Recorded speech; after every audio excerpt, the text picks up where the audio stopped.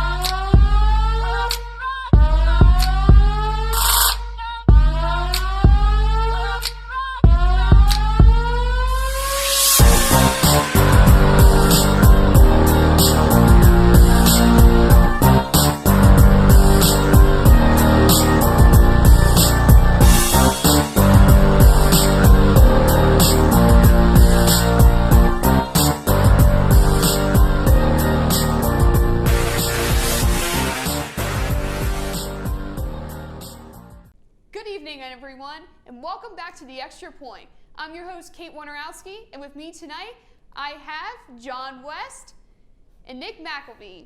Let's get it going, bro. Okay. Woo, woo. All right, everyone. Let's get started with some college football pick-ems. We're going to start with the Red River rivalry today with number 6 Oklahoma versus number 21 Texas in Dallas. Guys, who do you have for this game? All right, I got Oklahoma in this game in the Red River Shootout. That's the name of it. That's what it should be called because it's always a shootout. That's so true. You know, I look at Oklahoma and they're struggling with the same issues that Clemson is. I mean, they really have a young offensive line. They're really fresh, and in the games, they're really scoring less points than we thought they would. You know, Lincoln Riley is such a good play caller, and they've had such great offenses in the past with Baker Mayfield and, you know, Kyler Murray, Jalen Hurts, and even last year with Spencer Rattler, they were way more effective, but I think that just goes to show their inexperience. But I still got them in this game because Texas, you know, they have a slightly worse defense. I mean, you look at their yards per game, they're giving up slightly more, but I think the key stat is that they give up double the rushing yards that Oklahoma gives up, and I think that'll be a big key in this game, even though I think Casey Thompson brings a lot to the table for Texas, but I think that OU gets back to their roots and they start running the ball effectively and win in a very high-scoring matchup. I got Oklahoma. I'm going to take Oklahoma as well because the key to this game really is who is going to take over, who's going to take care of the football the best, and I think that'll be Oklahoma. And Oklahoma over the past few weeks, they have kind of just started to get things going a little bit better. So I'm going to take Oklahoma in this game. I'd really like to take Texas so badly, but I think I'm going to go with Oklahoma once again to pull off another close game. So I'm going to go with them. All right, moving on. We have an SEC showdown. Yes, another noon game? Come on. We've got number 13 Arkansas and number 17 Ole Miss. Guys, who do you have for this game? I'm going to go with Ole Miss. This is really tough, though. This is a really even game. You know, it could really go either way. But I'm going with Ole Miss. Arkansas just it didn't look good last week against Georgia. They didn't show me anything that makes me want to take them this week in this game. So I'm going to go with Ole Miss. I expect their high-powering offense to take over this game. Well, you know, you look at last week and you see both of these teams took a sledgehammer to the face. I mean, both teams gave up 200-plus rushing yards. I mean, both Georgia and Alabama were able to run the ball effectively and really dominate the game. And both of them lost by 21-plus, with Arkansas losing, I think it was 37-0. They got shut out. And then, you know, Ole Miss, they put up some points near the end, but it really wasn't even as close as a 3-score game looked. It was 42-21, and I think it was 35-7 at one point in the third quarter. So you look at all of that, and I'm going to go back with who I thought was the better team last week, and I think Ole Miss will win this game. I see them as a two-dimensional team. They're able to run the ball and throw the ball. With Arkansas, if they don't run the ball effectively like they didn't against Georgia but had done in previous weeks, they just don't perform well. And so I just think that Ole Miss will find a way to, control the run game. They're not a good run defense. We saw that last week. And so I think that Ole Miss will do just enough on defense and with Matt Corral put up a bunch of points. So I got Ole Miss. This is a never interesting game to me. I don't know. I'm going to go with Ole Miss, though, at home. I think, again, Arkansas got shut out last week on the road. It'll be interesting to see how they respond when they go to Oxford to play Ole Miss. But I'm going to take the Rebels in this one. It really, I'm sorry. Yeah, before we go off ahead. this point, but it just really, Arkansas, if you look at that game, it looks like Arkansas came out and they just knew they weren't going to win. They weren't really playing with a lot of confidence. So I think really a big key for Arkansas, if they really want to come out here and win this game, is that they really need to dig in and come out with the confidence to, play and be able to win this game. Well, that's a really good point there you make, Nick, because maybe they were preparing the whole time for Ole Miss, and maybe because they thought they were going to lose to Georgia. So, going into Oxford and beating Ole Miss is actually a key win in itself. So, you make a very good point there, Nick. But I think a big reason also was that they were on the road. They were in, they say between the hedges at Georgia, and that really was an issue. They came out and had false start penalties like crazy at the beginning. And so I look at that, and this game is being played in Oxford, so I think that's going to be a huge factor because Ole Miss crowd, they'll show up. Oh, definitely. They'll show up. Definitely. All right, let's move on to number 2 Georgia, who beat Arkansas last week. Going to Auburn, number 18 Auburn. Guys, does Bo Nix have another miracle game? No. No, in short. No, I just think that, Auburn usually gives Georgia a tough time at home.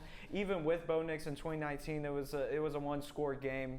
And, they've had some big upsets there, too, of Georgia. One that sticks out in my head was 2017 when they won 40-17 against the number 1 ranked Georgia team. But a lot's changed since then. Gus Malzahn is out. He's at UCF. Jared Stidham, he played a great game against Georgia, and now he's in the league playing for the Pats. And, Kerryon Johnson, he's, I think a free agent in the NFL. I don't think he's playing for a team, but he was a great back.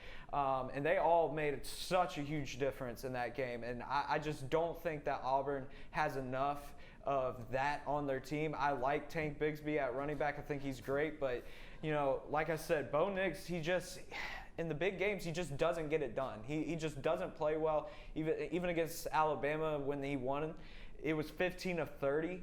That's still a 50% completion percentage. That's not great. So I don't think he can make enough plays against this Georgia defense that we know can fly around and really lock down on defense. And, JT Daniels, he's going to be out this game, but I think that they'll be able to run the ball effectively enough to where Stetson Bennett doesn't have to do too much throwing the football, kind of what they did against Arkansas. So I got Georgia on the road. I got Georgia as well, and you basically said it all, really. Georgia, that defense is just nasty. They can control the game defensively with their defense, and really doesn't matter if it's JT Daniels is a better option, but it doesn't matter if Stetson Bennett's back there if they can run the ball as effective as they did against Arkansas. So I have to go with Georgia. I don't see Bo Nix, and I don't think they have the weapons to pull this off. This Georgia team is really good this year. We're talking about possibly the best team in the country right now. So I'm going to have to go with Georgia. I'm going to have to go with Georgia, too. I think it'll be an interesting game. I think going into Auburn, I think they'll be a little shaky at first, but I think they'll come out on top and ultimately beat Auburn. All right, we're going to move on to a top 4 matchup at 4 o'clock. Yes, that is how crazy this college football season has been. Now, we've got number 4 Penn State and number 3 Iowa. Who do you have for this? I got Penn State in this game. I really think that, Sean Clifford, he's really surprised me with his improved play. He had a rough year in 2020, and even in 2019, they had a pretty decent winning year, but he was never winning you games. And so I look at that, and I look at his improved play, and then I see Iowa. They are at home, so that will play a factor. But, they've been they've really been living off turnovers, let's be honest. I mean, they've only been putting up slightly over 300 yards per game on offense, and they rely a lot on that run game. Their quarterback isn't really the greatest throwing quarterback in the world, so I think that to challenge Penn State, who has a very good defense, you're really going to have to stretch the field, which I just don't think they have the athletes to do. So at the end of the day, I think Penn State's going to out-athlete them and win this game, so I got Penn State. I'm going to go with Penn State as well, and it's very hard for me to actually go with Penn State because I've seen what Iowa can do, especially when they play opponents. Like, whenever somebody comes into their home field, like Ohio State, you know, they tend to, you know, come in there and they kind of play their game, and they get them in their game, and they're able to take over. But, yeah, much like you said, I think that Penn State is going to out-athlete them, and if Iowa, if they want a legitimate chance at winning this game, they really need to take and set the tone early in this game. And if they can't do that, then I think it's going to be Penn State. Yeah, I think I'm gonna go with Penn State as well. I think they're more talented. I've seen what Penn State can do. I mean, it'll be interesting to see. I don't know. Iowa usually doesn't come out and win these big games like this.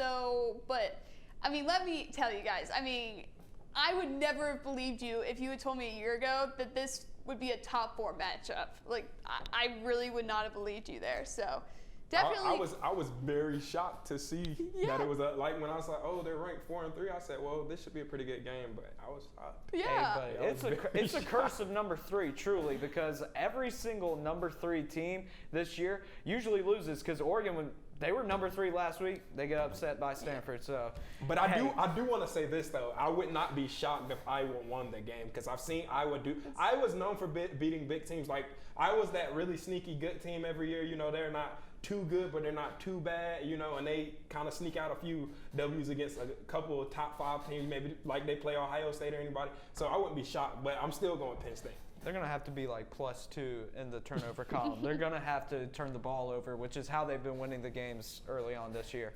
Yeah, no, definitely. It'll be interesting. I can't wait. All right, moving on to the final college football game. We are not doing ranked matchup. No, no, no. We are doing a winless matchup from UConn at UMass. Who do you have for this incredible matchup? I can't wait to watch this. I'm gonna be honest. I really don't know a lot about UConn and UMass. I've not watched a lot of UConn. What do you mean? You don't like the Huskies? Come on. Hey, the midship. UConn's no disrespect to the UConn. You know those Huskies. No disrespect to the football team, but it's a basketball school in my opinion. But I'm gonna go with UConn. All right. I go with UConn because I watched a little bit of, like, I've seen a UConn game, but not really paying attention. But I'm going to go with them for that reason, I guess. This is what we call the toilet bowl. This is whoever wins this game whoever loses this game, is going to purgatory of CFB. They just don't need to be showing up. I got UMass. I'm just going to go with it because they're the home team, and really, that's it, because I haven't watched any of these teams either. Both of them are horrible. They're always perennially the worst teams in college football. I don't know why UConn continues to have a program. I mean, they know that they're a basketball school, but I'm going with UMass because they are at home. All right. You know, I should have done this last week too because UConn actually played at Vanderbilt and almost beat them. So I'm going to go with UConn. Just because. Now, I will tell you, both of these programs haven't won a game since 2019. So whoever wins on Saturday is going to have a glorious day. Are you serious? I am serious. The last time UConn won was when they beat UMass. And then the last time UMass won was when they beat someone a month before they played UConn. So, like I said, this is the toilet bowl game, baby. Really like I said, college football purgatory for who loses. Yep, pretty much. All right, now moving on to the hashtag game. We're going to start with some NFL news. I think we've all been waiting to talk about this one. We're going to talk about Urban Meyer, the Jaguars. Yes, sirree. The other night, he lied to his wife and decided to go to a bar and drink his sorrows away and party. And unfortunately, he lied to the team because he told them that he was going to go spend some time with his grandkids in Ohio. So The organization came out yesterday and said that they need to regain his trust and respect. So, guys, what is your hashtag for this? Hashtag Wheezy out of here. This man, he's gone. He's not coaching he's not coaching NFL football anymore. I just don't see how you could make this mistake. Not only did he get caught at a bar with a girl doing some suggestive things, he also suspended the practice on Monday. He completely canceled it and told them it was for personal reasons. I mean, that's not how you operate an NFL organization or really even a high school team. You don't do that. You're being selfish, and I just don't think he's going to coach for very long in the NFL. I think he's out of there. Hashtag 0-4. What can you be thinking? I would be so embarrassed if I was a Jacksonville fan, because like what are you doing in a bar in Ohio right after you lost a game? You know, letting a girl, you know, do whatever y'all were doing in a bar and taking pictures with a bunch of people while your wife is at home watching your kids. That's nothing you do. You have a job. You are a head coach in the NFL, and your team hasn't won a game yet. You need to be focused on getting that team better and getting them where they need to be. Because personally, if I'm a guy in that locker room and I see videos and pictures of you getting leaked on the internet, with you at a bar, then I'm gonna be, you know, like, he's not serious. He's not taking this role serious of being a NFL coach, and he's not trying to win games. So personally, if I was a player, I would want him out of there. But like, this is something that can't happen again, and like, it's really embarrassing for like everybody involved with it. And yeah, it just cannot happen. It's about to be hashtag 0-16. And to speak to the team and how it's affecting them, they literally broke the huddle at the end of practice today with 1, 2, 3, grind. You tell me what that means. Oh my goodness. Oh my goodness. I'm just going to tell you, I thought being a Washington football team fan was bad when we got raided by the feds last week in our team facility, but you know what? I think this takes the cake, so definitely. I'm relieved. It's fine. Okay. This is very embarrassing. We're going to move on from that conversation. We could talk about that all day, but we're going to move on. All right, we're going to move on to the Arizona Cardinals, who are the only remaining undefeated NFL team. Guys, what are your hashtags for this? You want to go ahead? I go. I'm just gonna go with, you know, simple hashtag surprise. I'm not surprised though that Arizona is a good team. Arizona started off hot last year and they kind of burned down, but we always knew this team had potential with Kyler Murray at quarterback and DeAndre Hopkins, arguably the best receiver in NFL at receiver. So I'm just surprised that they're the only team right now that's undefeated. Like, if you asked me this question in the offseason, I probably would have told you like Kansas City or the Rams, like the team that they beat, and the way that they went out and beat that team, like they're showing that they are for real. They're a very good football team this year, and they have a lot of weapons. So I'm surprised that they're only 4-0 team right now. I don't expect it to last that much longer. I think somebody will beat them, but I'm very surprised at this. Hashtag size doesn't matter. You know, Kyler Murray, he's putting on a show. I mean, he's 5'9", putting on for the 5'9" Kings. I represent that group too. And he's really making a push, or an early push for the MVP. It's a little bit early to be having that conversation. I get that, but you know, I was really surprised as well. Not necessarily that they won. I did pick the Rams, if you remember last week, but I just, you know, I didn't think that if they won, it would be in that fashion. They won by 17. Like, that to me is crazy, and they were on the road. So, man, the Cardinals, they're going to be a factor this year as long as they stay healthy, because they were a factor last year until Kyler Murray got hurt. So, hopefully, he keeps on putting on for the crew. So, let's go, Kyler. Yes. I'm surprised about this as well, honestly. If you could have asked me this question, I would have totally picked a never team, probably the Bucs. But that's okay. I'm happy to be wrong, really. All right, last topic for hashtag game. The Dallas Cowboys last night surprisingly released Jalen Smith, middle linebacker. Guys, what do you think about this move? Hashtag Jerry Jones. Only this man could release somebody after A, his head coach names him the captain of the team. 2, he released him after a win. Usually it's after a loss and an unexpected loss that you get, you know, some unexpected releases where, it's basically to send a message to the team that, hey, anybody can get cut. But they won. They won against the Panthers like I thought they would. Unfortunately for me as a Panthers fan, I suffered from that. But, I'm shocked that it would even happen. Only Jerry Jones could do something like this and create this massive amount of news. So.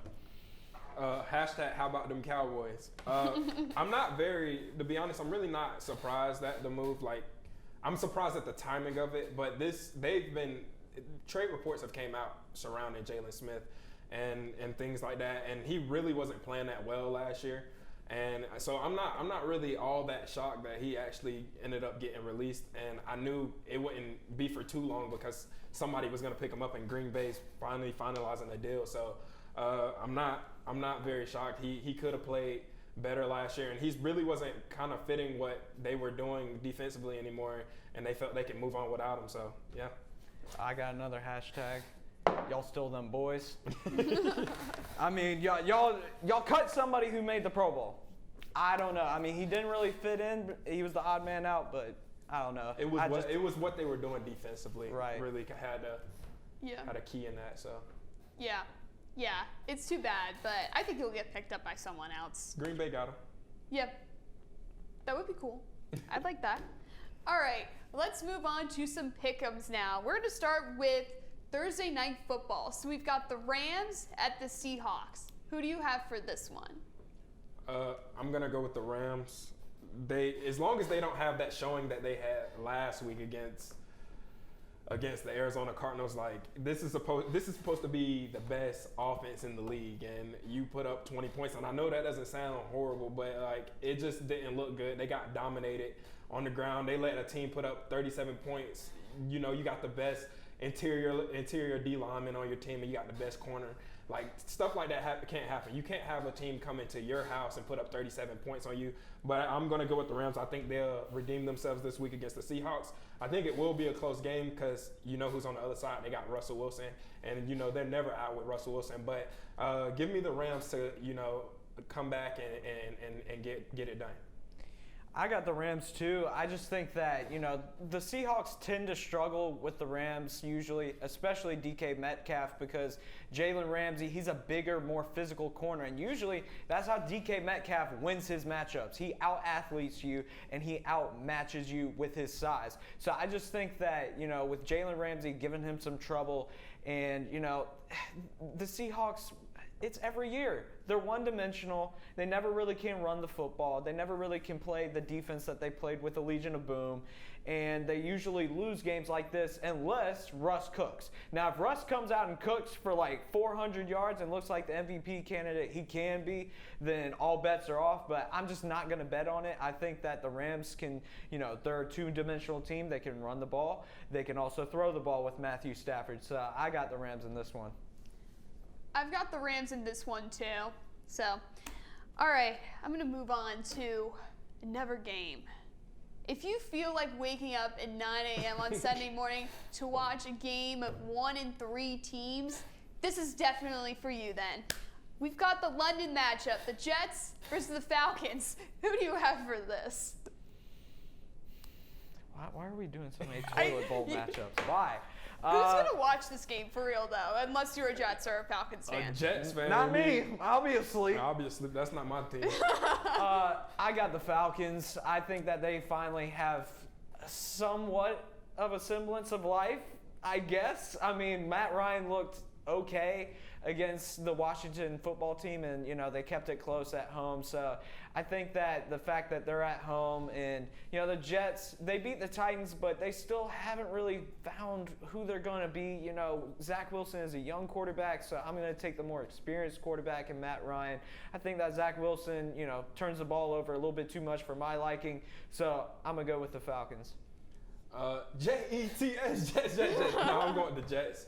Because while I was waiting to watch my Pittsburgh Steelers play the Packers, even though we lost, I had to watch that because they were on CBS, they were on the local channel at the moment, and the Jets actually looked somewhat good. They actually were running the football better throughout the course of that game. So I'm gonna take the Jets, and if not Matt Ryan, if Zach Wilson can take care of the ball a little bit better, I think that they have a legit chance of winning this game. So I think I like the direction the Jets are going in.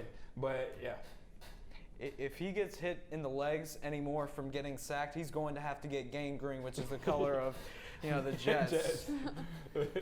Yeah, I'm going to go with the Falcons, but this is a tough call for me. I mean, it'll be interesting to see. I mean, Zach Wilson is improving. Again, if he can just take care of the ball, I think he'd actually be a very good NFL quarterback. But who knows? It'll be interesting to see. He made some very good throws out there. The throws were definitely on point. So yeah. If he continued to do that and, don't turn the ball over as much, right, they have a shot. Yeah, it'll be interesting. All right, we're going to move on now to a 3-1 matchup. We've got the Packers at the Bengals. Who do you have for this? I got the Packers. I just think that with their passing game and the Bengals' lack of ability to stop the pass, I mean, they made the Jags offense look like, world beaters out there. I think that Aaron Rodgers, with his connection to Devontae Adams and also going along with, guys like Lazard and Marquez Valdez-Scantling and, Aaron Jones with his ability to ground and pound and catch the football out of the backfield, I think it's just too much for the Bengals, who are still a recovering team. They're 3-1, but, they're trying to build something. And I just don't think that they can really keep up with a team that just was in the NFC Championship last year. So I got the Pack. I'm going with the Cheeseheads as well. The Packers, because they have Aaron Rodgers, and that is a tough guy to stop. And I saw it firsthand last week watching him dart my team up. Every time on third down, he's just a hard guy to stop. So if the slight chance that the Cincinnati has is that they are at home, so he doesn't have that crowd effect. But I'm gonna have to go with the Packers. They're looking really good right now. So yeah. Hey, he's that bad man. Yeah, he's that bad man. Not lying. I'm also gonna go with the Packers here as well. All right, moving on. We've got the Broncos at the Steelers. Nick, are you gonna pick the Steelers again for this one? Better not. Yes, I am. All of right. course I'm going to pick the Steelers. And yes, I'm a little bit biased. I want them to win every week. And if I could, I'd pick them every week. But we didn't look great last week, but we made some strides on the offensive line. The offensive line looked better. Najee had a little bit more room to go. If Ben can just help us out a little bit with some of this accuracy, we're talking about a different ball game in that game last week. If he hit those two throws down the seam to Juju. So if he can get that right, and we can, find a way to kind of get our O-line a little bit of help in the pass protection game, then I think we have a shot. The best predictor of future behavior is past recent behavior, and I'm going with the Broncos.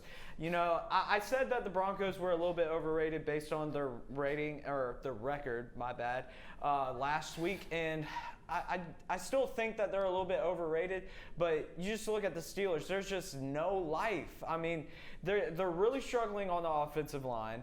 That's one thing, and that's the major issue. But also, Big Ben, he just should have retired last year. He really should have.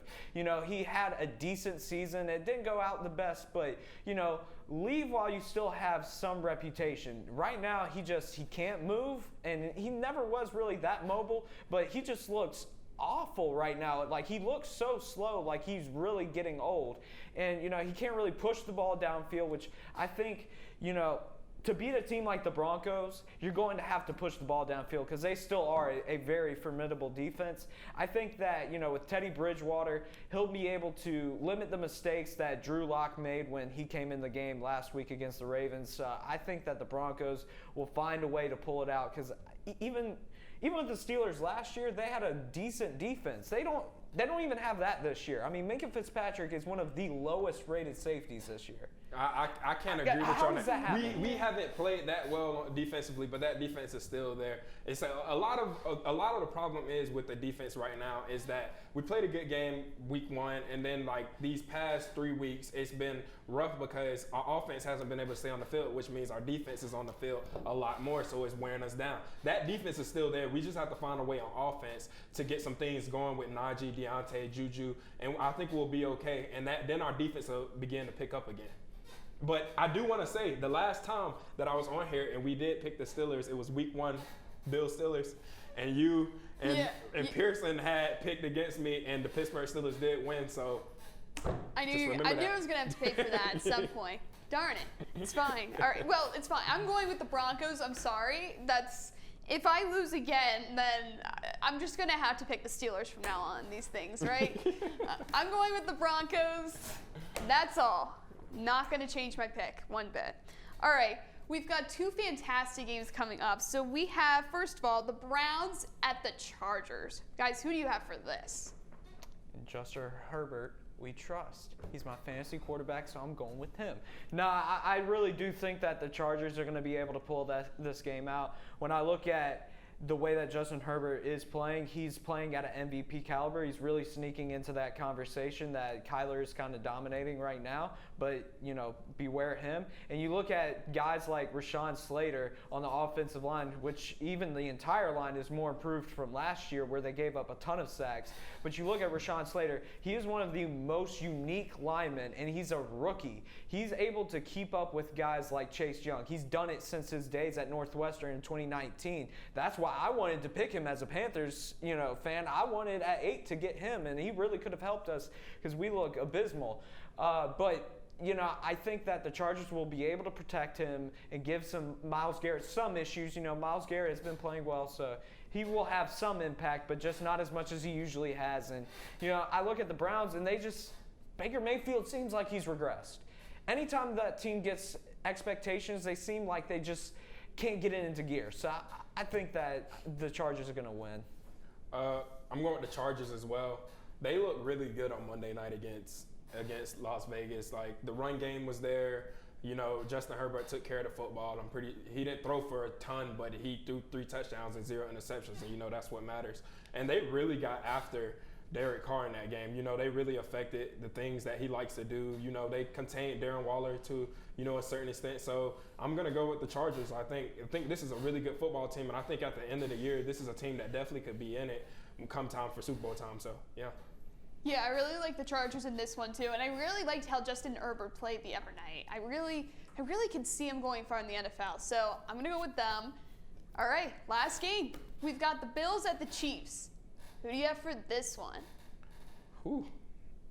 I'm going with the Chiefs. All right. This is a hard game though. I'm not gonna lie, because that Bills team, ever since Pittsburgh first week, they have not let up on anybody. They've been dropping like 40, 30 points and barely allowing any scores. So I'm going with the Chiefs though, simply because that offense, it looked way better last week, and they just look unstoppable at sometimes. Patrick Mahomes looked unstoppable. So I think it's gonna be a very evenly matched game. But the Bills really are gonna have to come out and put their foot down, just like when they played Houston and when they played Washington.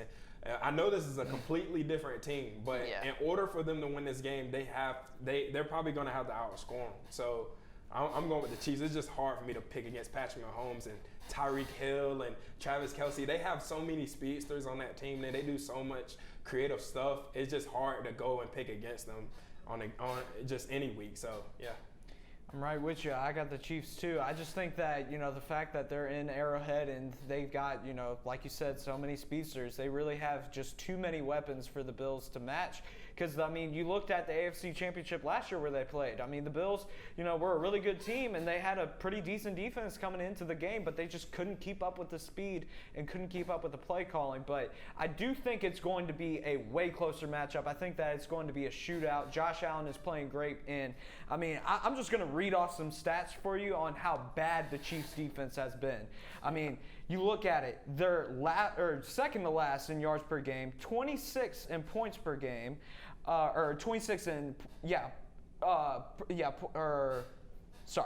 third last in rushing yards per game, 26 in passing yards per game, and second to last in points per game.